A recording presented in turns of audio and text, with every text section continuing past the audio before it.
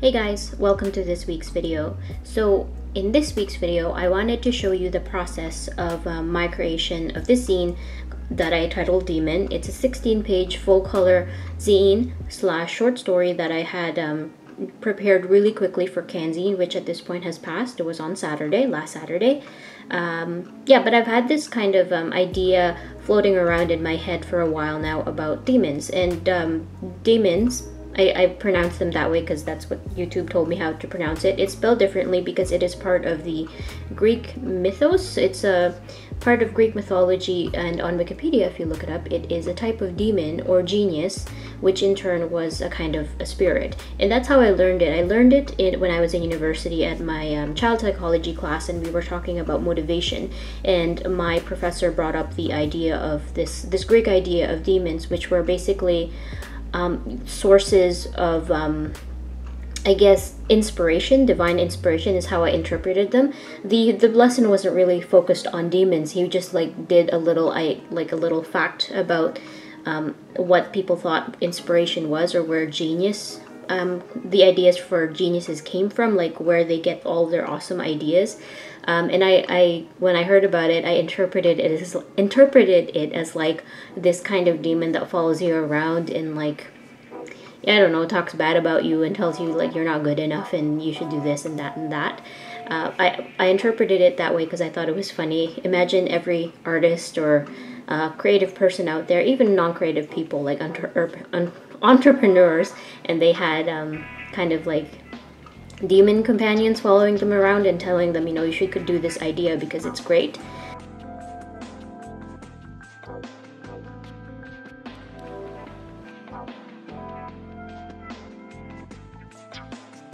So I'm showing you the whole process. It's kind of cut and paste all over. It's all over the place. In the beginning, I showed you me sketching it in my blue coal erase pencil, and then I went on to outline it right away with my Pigma Micron black 08 point. I will list all the materials that I used down below in the description box. Yeah, so right now I'm outlining it. I'm going really fast because I wanted this video not to be too long, and I wanted to focus also. I didn't show you guys every single page that I inked and every single drawing that I painted, but in total there were 16 plus a little bit more because I did cut out certain drawings and I did cut out certain pages to make the story flow a little bit more. I'm showing you, I guess, here are all the drawings that I did in blue, and then here are all of them inked, and I'm getting ready to paint them. Like I said, I did not show every single page that I painted. I only showed you guys my favorites. I'm painting the first page right now. I decided to go with this method of illustration because it was a lot faster. And I kind of have different styles, and some of my work is really heavy, like pencil crayon, but I wanted something to pump out really quickly, so this was really quick for me to do. But I really also like playing around with watercolors loosely like this on ink, and the Pigma graphic pens are perfect. They don't run at all. Yeah, so at the end of the video, towards the end of the video, I will show you show you how I cut and manipulate, cut and prepare the zines. And I will also leave you guys a template down below so you don't have to go through all the work of laying out all these 16 pages. And the way I made it is a little confusing on Indesign. I made it to be printed out on 2 pages double-sided, just so it saves time and paper, and you don't necessarily need to have Indesign to lay out the pages. So you can just download the JPEG or the PDF that I provide, and I guess you can plug it in Photoshop. And the only thing you have to do is find a way to merge the 2 pages together so you can print it out as one document. I will also leave a link down below where I used to merge PDF pages.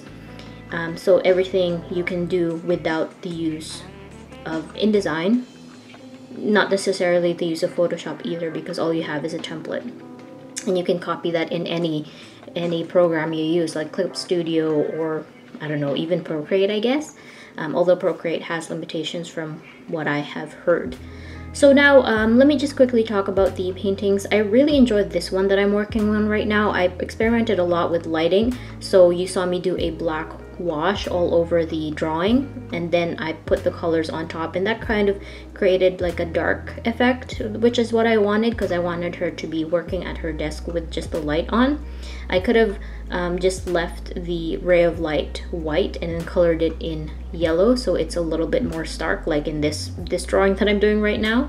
I also really enjoyed the sequence of faces in this page, but my favorite page will be coming up. It's her laying in bed and with her striped like blanket covers. I really enjoy that page, and I really want to get into painting more comics like this. It's a lot of work, and I just finished a 52-page comic, digitally done. It's called Out of Body. If you've been following me on my vlogs, I've been working at that for quite some time now, and it is actually available for pre-order until October the 6th. So you can check it out in the link down below if you would like to pre-order this comic. You can also read it for $1 or more on Patreon, and it will be up soon. You can also read it for free on Tapastic, and I will probably be putting it up for free somewhere on my social media, not only Tapastic, in the next year, because I do want to keep it kind of under wraps until later. Yeah, anyway, that's just a digression and a little bit of advertisement. So yes, I guess I will keep quiet for now so you can see how I paint the rest of the pages, and then once I go into printing and laying out on InDesign, I will be back.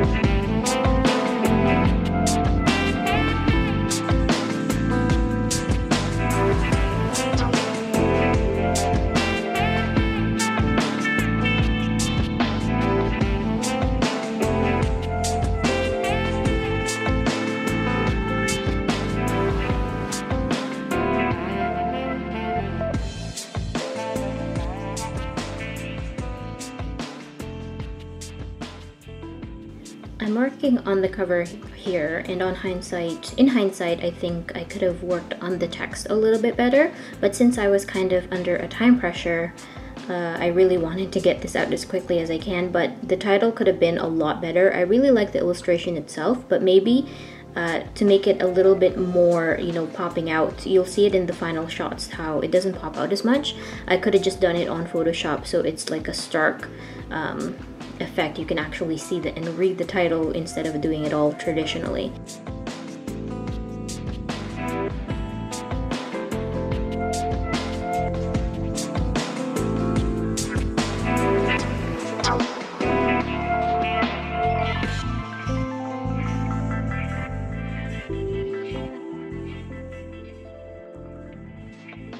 This is just me editing every piece that I did, because with traditional you have to edit it a lot on Photoshop or whatever editing software you use before you send it to print.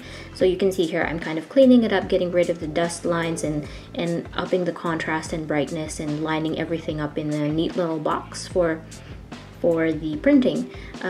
My advice, you don't have to, if you're doing a zine like this and you're creating it all at home, I recommend that you don't do illustrations that go up to the page or need to have bleed, because it's very frustrating to print from home, especially if you know, you have limited resources, like you don't want to waste ink and all that kind of stuff. So I recommend when you are creating a zine or a comic and you're doing it all at home and you don't necessarily have everything that you need, you would like just avoid printing to the edge. Create zines that have a lot of like that are just all white on the border, so when you cut them, you don't have to worry about cutting off certain pictures and stuff. Sometimes it's unavoidable because you want to create that effect of each, like the page spread being full bleed to the page, and it looks really cool. But I'll show you what I mean, I guess, at the end of the video.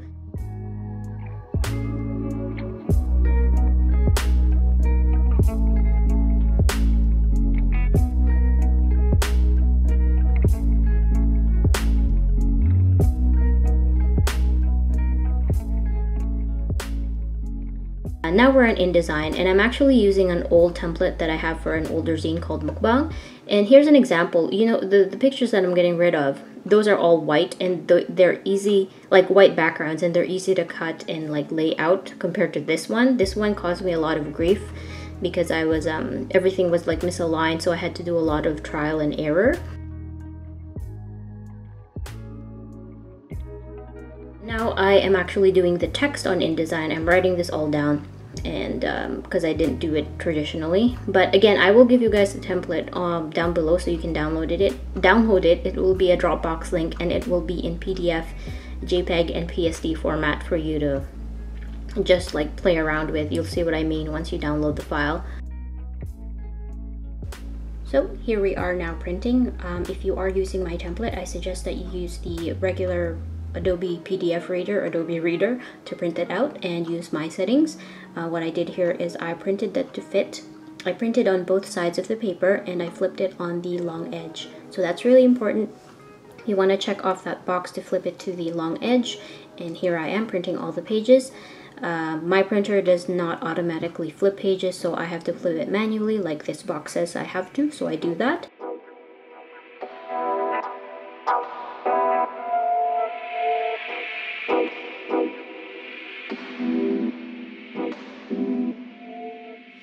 I'm using the Hammermill Color Copy digital paper, 32 pound. It's the perfect paper that works for my inkjet.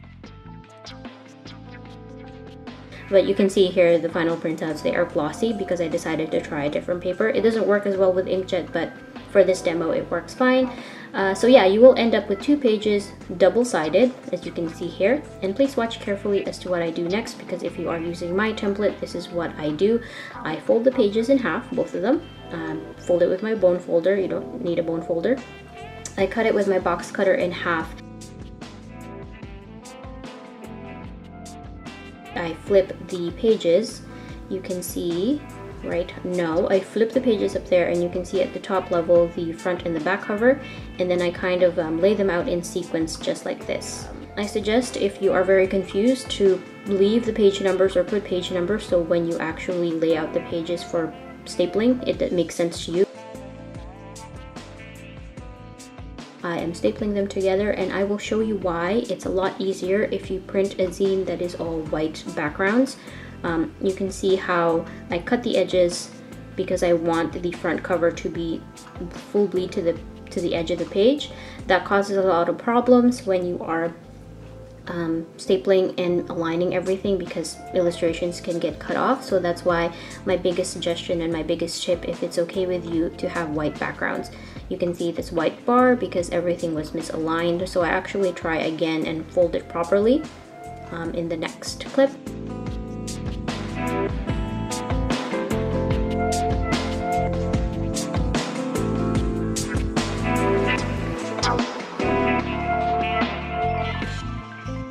So I cut it up, it's a lot better, but again, my biggest tip to you is to do it on white backgrounds, so it's easier. Anyway, this is the final product. You can read it all for free on my Twitter. I will leave a link down below to that, but you can also get physical copies on my store if you would like.